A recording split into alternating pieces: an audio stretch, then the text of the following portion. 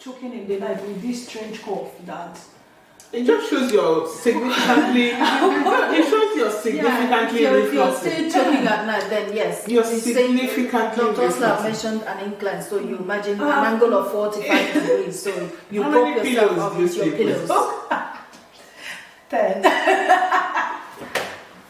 So yeah. Proper pillows. So you have to get a height that works for you. 5, but I put them on the Stand from your to. So it put puts your you like mattress. this. Yeah.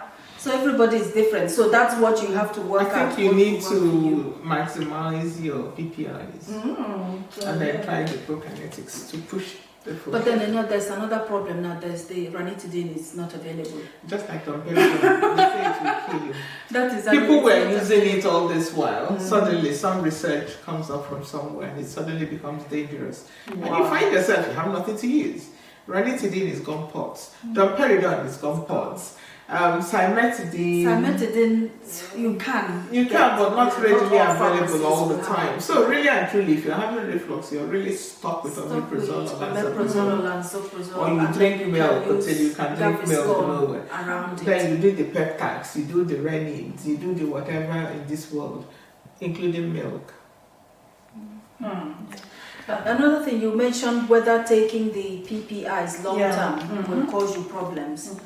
Yes, it could, but not for everybody. Yeah. So for some people, imagine what the PPI is doing. It's coating your stomach lining, which then over time could have an impact on how well you absorb your nutrients, and therefore you could become anemic. Deficiency in your B12, your iron. So yes, for some people, over time, it could. So, but then that shouldn't be a problem. So if somebody has Barrett's esophagus, somebody has hiatus hernia, or somebody is suffering from significant reflux, you do need the PPIs because without them, you cannot. With the heartburn you're suffering, it's uncomfortable to be in that pain all the time. So you need the PPI. If somebody is on aspirin and they're having that dyspepsia, they need the PPI.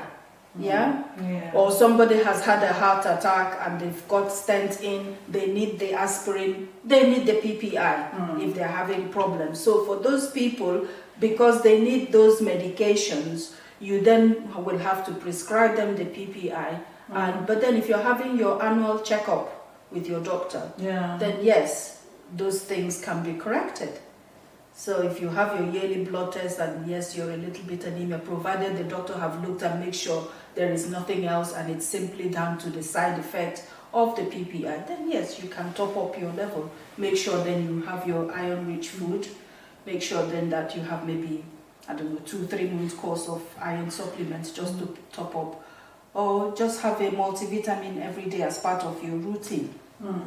So with whatever we do in life, there is a pro and a con, isn't it? Yeah. So we have to balance. It always need to be balanced. Yeah. And that is why I like this topic today.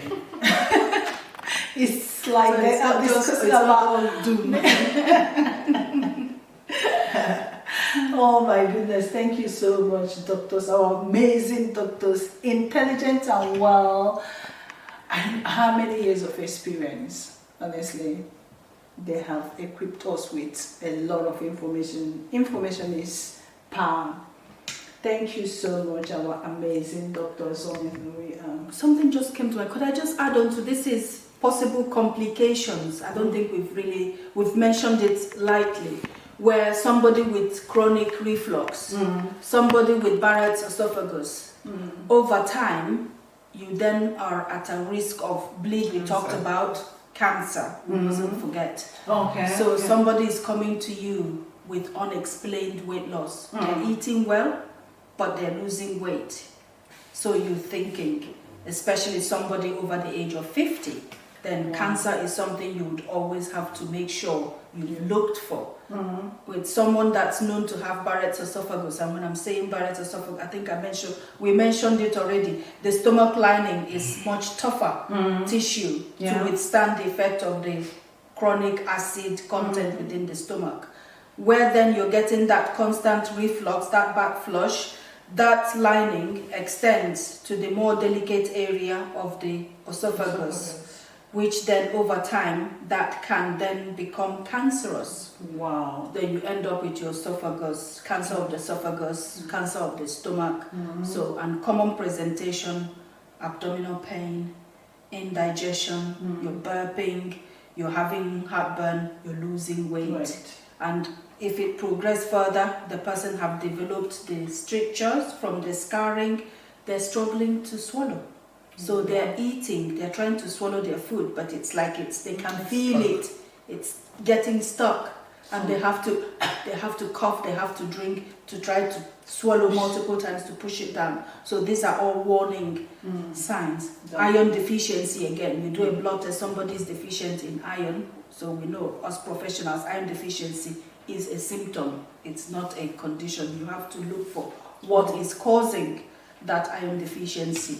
So somebody may be on chronic use of PPI because of other conditions or because of cancer. So these are all possible complications from long-term acid problem. Possible foods that can cause problems, because I think they should be aware of those things. Well, I wouldn't say don't eat. Chairman has so emphasized on that you should know your body. If it's giving you problems, you know what to do. Nobody needs to tell you what to do. For most people, actually, eating beans, you kind of feel bloated. For most as well, eating bread, you feel quite bloated. But if that feeling of bloatedness is bordering on, you're so uncomfortable, I don't need to tell you what to do, the choice is yours. Okay? But there are identified food groups that can make reflux, heartburns, or, well, you guys call it ulcers as well, worse. And that includes spicy food, no doubt about that.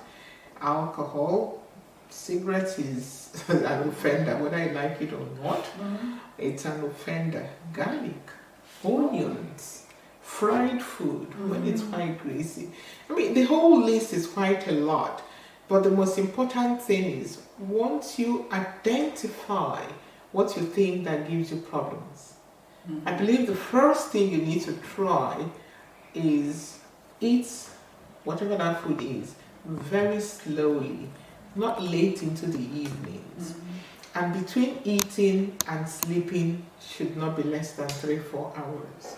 And even if you sleep with your head, so many pillows, so that you're literally at 45 degrees angle, and it's still giving you problems. The choice is yours then, because I don't need to tell you. So it is a case of understanding your body. Try to modify some behaviors, and if you modify those behaviors and they don't work, do you need anybody to tell you what to do? You know what to do. So there's a whole, anything, for some, this Fanta we drink to a penny because it's carbonated. So the carbon, it produces carbon dioxide, your tummy blows, boom. If it's giving you problems, reconsider. Decaffeinated tea, caffeinated tea, if it's giving you problems, reconsider. The most important thing is identify the food you think is giving you problems. And do something about And do something about it. We know our bodies more than the doctors. And the much the doctor can throw in is the accuracy of your information. Okay? Shopping around, going to A today, it costs you XYZ money. Tomorrow you go to the backside because it's cheaper. What you don't know is, what is this person giving me? I'm already on this. Is there any interaction? Because not infrequently we find ourselves in a worse position because of the interactions. You need to understand, and that's the whole purpose of these programs, is to impact some knowledge, have some understanding, each time you have a headache doesn't mean you're dying of a brain tumor. It might just be the stress of life, and life is stressful. But what you're looking into is a pattern, because that is the information you get. It's the pattern. If something recurs all the time, it may be significant.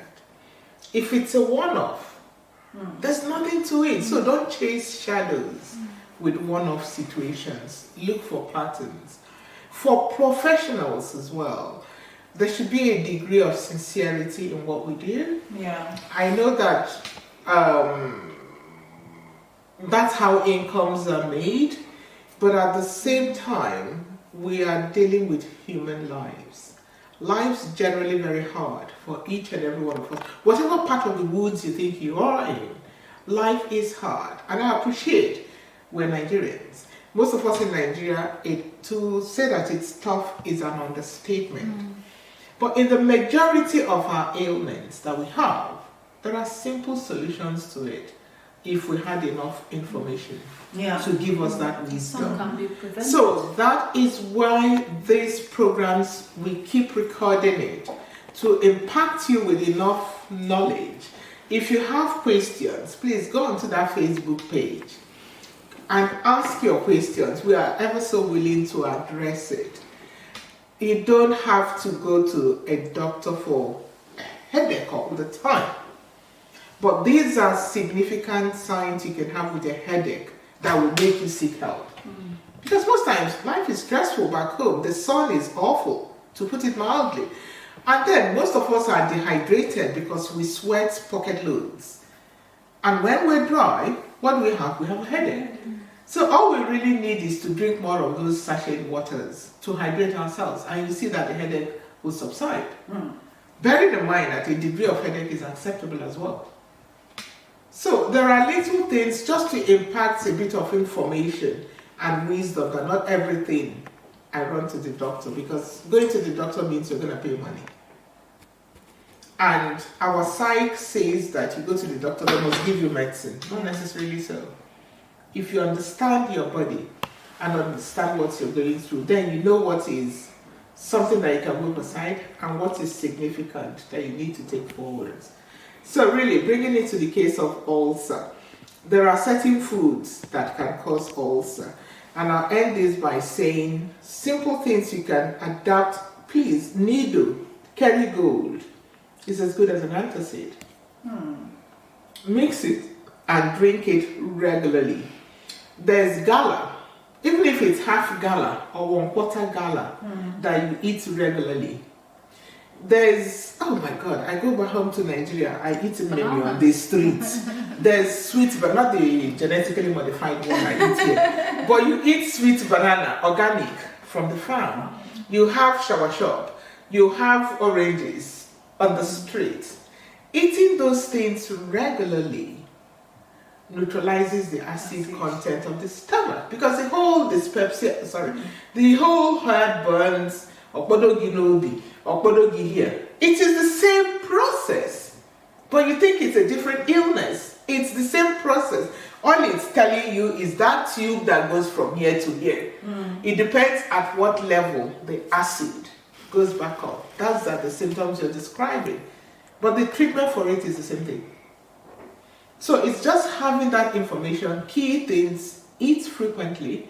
Don't go for long hours without eating. If you identify a food that causes problems, kind of try eating very slowly initially. Between eating and sleeping should not be less than 4 hours. When you sleep at night, because this thin pipe, it will push up the pipe up to here, and then you wake up in the morning and acid is burning your vocal cords, and that's why you're speaking like that, and nothing else. So understanding that it's a whole process and simple measures you can put in place first, and if they don't work, please seek help. Seek help. And I say this purely because I know that accessing medical help is your ikenga. And it gets to a stage, it's a balance between how am I going to feed my children and medical help. yes, I know it's a problem, and that's why you can try those simple measures. When those simple measures don't work, please, in the name of God, seek help. And professional colleagues, please, we swore an oath to help. Help or give advice as to what is readily available in your environment that will not make you lose money and will not cost so much money to your patients. I think that's all I have. Wow. Thank you so much. I'm so amazed. Thank you so much. God will bless you all. To be honest, you are amazing. We have come to the conclusion of our topic today, and remember, we are doing this for every one of us because we believe that health first. Health first. Health is wealth. Once you are healthy, believe me, you have everything to be wealthy. There is joy in health. So our main goal is to focus on good health as an asset rather than ill health as a burden. Subscribe to our YouTube channel. Let's talk about our health and well-being, and our podcast, Joy in Health. We are giving information to improve our health, and always prioritize your health. Thank you so much for watching. Subscribe and share. Leave comment if there is any question or there are questions you want to ask about your health. Go to our Facebook channel, our Facebook page, and leave your questions. Honestly, they are happy. They are happy to help. Thank you so much, and remain blessed. Bye. Bye. Till next time.